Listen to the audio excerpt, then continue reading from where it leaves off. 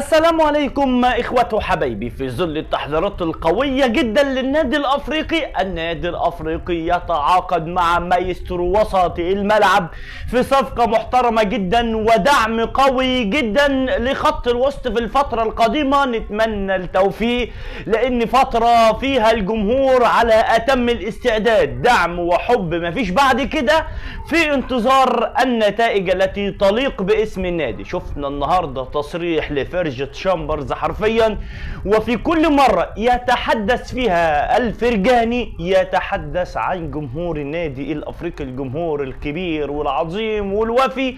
ثم على الجانب الثاني في لعيبة سترحل ورحلت رسميا. هنتكلم على السداسي اللي رحل رسميا عن النادي الأفريقي خلاص بلا رجعة. وفي اجتماع ما بين الهيئة المديرة الحالية والهيئة المديرة السابقة. اقسم بالله ما بهزرش، انا بتكلم بجد. ولكن الاجتماع ده هيكون ايه؟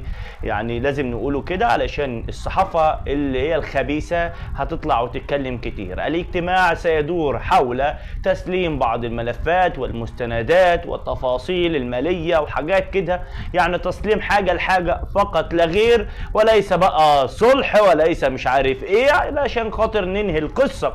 ويمكن من نفس القصة اللي انا بكلمك فيها الاعلام الفاسد، النادي الافريقي يدرس بعض الاسماء. مين الاسماء دولت؟ سيتم تعيين متحدث رسمي او ناطق رسمي باسم النادي، وفي كلام بقى عن ترشيحات عن مدير رياضي جديد، لان النادي الافريقي رسميا اعلن ان محمد الساحلي مدرب لمدة موسمين.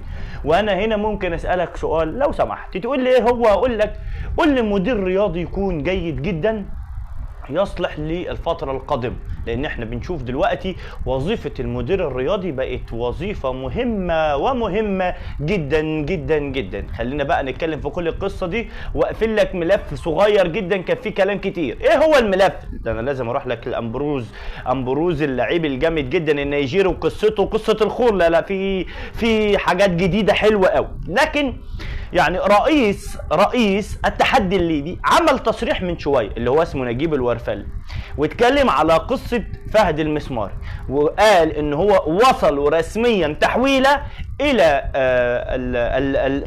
للبنك في الحساب الرسمي للنادي، وتم نهاية القصة رسمي. ولكن تحدث عن قصة $50,000 باين ولا $50,000 دينار دول. ايه هم دولت؟ قال لك الكلام اللي كان منتشر ان $50,000 دولت في حالة تأهل النادي الافريقي الى دوري الابطال يتم حصول عليهم فهد المسماري، ليس لها اي اساس من الصحة. او الاتفاق كان في البداية ان هو كانت منحة توقيع، وكان موافق عليها الجميع، ولكن كان في اختلاف بسيط. فمن هنا قرروا انه يدوا المنحه تبقى منحه توقيع ومنحه تألق للنادي، لكن هي كده كانت مستحقه. وعلى فكره لم يحصل عليها اللاعب اصلا، واللاعب موافق وما عندوش اي مشكله، وفهد المسماري حابب انه يكمل مع الفريق. لكن الموضوع اتقفل رسميا، ويا رب الامور تبقى افضل وافضل في الفتره القادمه، لان هي فتره مهمه جدا للنادي الافريقي، فربنا يسهل الحال. طيب هوفر على بيكام سبور واوفر على موزايكا ونسمة سبور والجماعه التعبانين هيقولوا لك بكره وبعده عوده عبد الملك إلاليش. طيب هو حقيقي سيعود عبد الملك إلاليش؟ شوف انا بخلص لك العناوين اللي هتسمعها. عوده عبد الملك إلاليش، ولكن عودة عبد الملك إلاليش إلى تونس بصحبة مولودية الجزائر اللي هيعمل معسكر داخل تونس.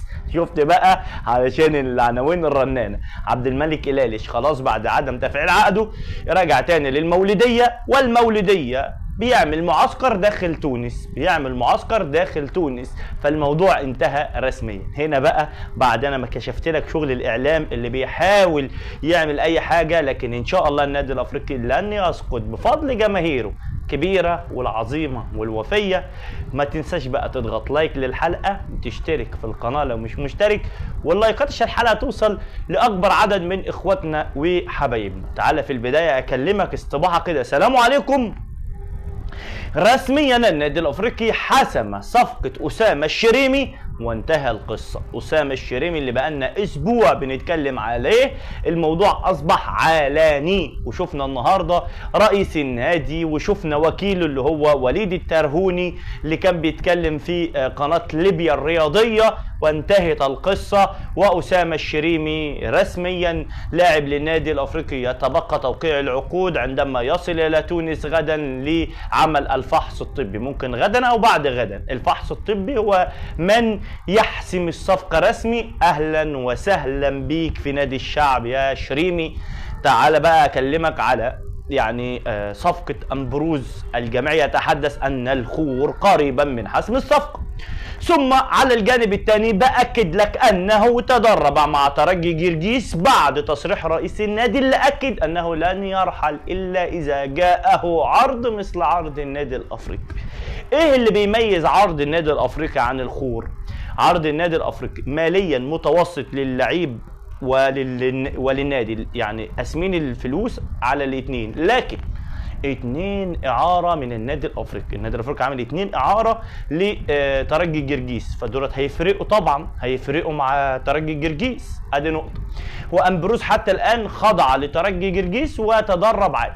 فهل يحسمها اداره النادي الافريقي بقى؟ يا رب يا رب. لعيب كويس جدا وهيفرق قوي مع النادي. فيرجي تشامبرز النهارده اللي عمل تدوينه كده وقال لك نعمل كل شيء من اجل جمهور النادي، فهو يستحق مننا الكثير، وانتظروا المفاجآت في الفترة القادمة. يا رب يا عم، يا رب يا فرج تجيب لنا حتى لويس سواريز. ايه يا عم لويس ده بطل كورة، تجيب لنا افضل لعيبة في العالم. انا نسيت، انا كنت بتفرج على انتر ميامي من شوية، ده لويس سواريز عجز خلاص، شعره بيض، عنده كرش قد كده. السداسي اللي خلاص لن يتواجد داخل النادي، بسام السرارفي اللي كان اتربط اسمه بالامس بالترجي، ادم جرب، احمد خليل، رامي البدوي، معز حسن. السادس مفاجأة، السادس حمد العبيدي. حتى الآن لم يصل النادي الأفريقي إلى صورة اتفاق مع حمد العبيدي، نظرا أن حمد العبيدي عنده طلبات، بعض الطلبات اللي هي مش في المكان المناسب. وحمد العبيدي لازم يعرف قصة مهمة، أنه ابن النادي، يعني من الآخر حمد العبيدي النادي الأفريقي ليه فضل عليه. ثم ان حمد العبيدي لسه ما وصلش، احنا بنقوله عنده افضل، لكن هو لسه ما وصلش. انت لسه ما بقتش المهاجم رقم 1، لان حمد العبيدي محتاج يتعامل كانه مهاجم رقم 1 في تونس ككل. حمد العبيدي عليك انك تبذل مجهود كبير جدا، وانك تقعد مع اداره النادي الافريقي، لان في الفتره القادمه سيتم تحضير جلسه للجلوس مع حمد العبيدي من اجل الوصول الى صوره اتفاق. وعلى فكره حمد العبيدي بيبحث عن في كل مكان عن يعني تعاقد بره، لكن هو مش لاقي حرفيا، او الانديه اللي بتجيله انديه صغيره، انتوا عارفين معناها ايه. نتمنى ربنا يهدي الدنيا، ونتمنى ربنا يولي من يصلح ليكون ناطق رسمي ومدير رياضي للنادي الافريقي في الفتره القادمه. اخواتي وحبايبي، سلام.